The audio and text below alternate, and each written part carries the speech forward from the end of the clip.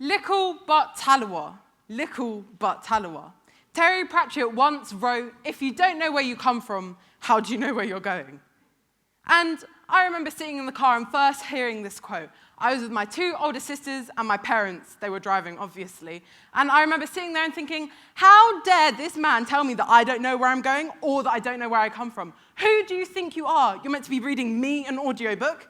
I learned two things. One, I have quite an aggressive narrative for an 8-year-old. But two, I really didn't know that much about my history. Well, not my history, my grandparents. You see, I'm mixed raised, right? You know, Jamaican, British, English to be exact, the normal mix, maybe a bit of Scottish thrown in there as well. But that's not what I'm trying to explain. What I'm trying to explain is I never got to meet my dad's parents, so I could only ever imagine the kind of conversations I might have had with them. I would say, "Granddad, tell me about your history, tell me about your home, tell me about Jamaica." My granddad was one of 11. I would ask, "Granddad, do you miss your family?" I know I would. And I could only imagine the kind of courage and tenacity and bravery one would have had to leave all of that behind and go to a brand new place. And I really wish that I could stand here and tell you that Britain met every single one of my grandparents' expectations. But if I stood here and told you that, I would be lying to you. Because the truth is, it didn't meet their expectations. The way that it was advertised back in Jamaica was nothing like the reality that they were faced when they got here. But my granddad didn't stop. He didn't save money to go home. He saved money to build a home, to buy a home. He was going to have a family. He was going to find love. He was going to be happy.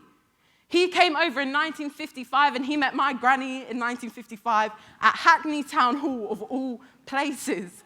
And they got married in 1956. Ladies and gentlemen, my granddad moves quick.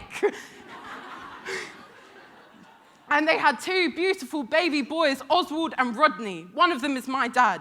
And I have 4 powerful names. My first name is Naomi, and it means joy in Hebrew. It is a biblical name. My middle name is Maisie, and it was my granny's name.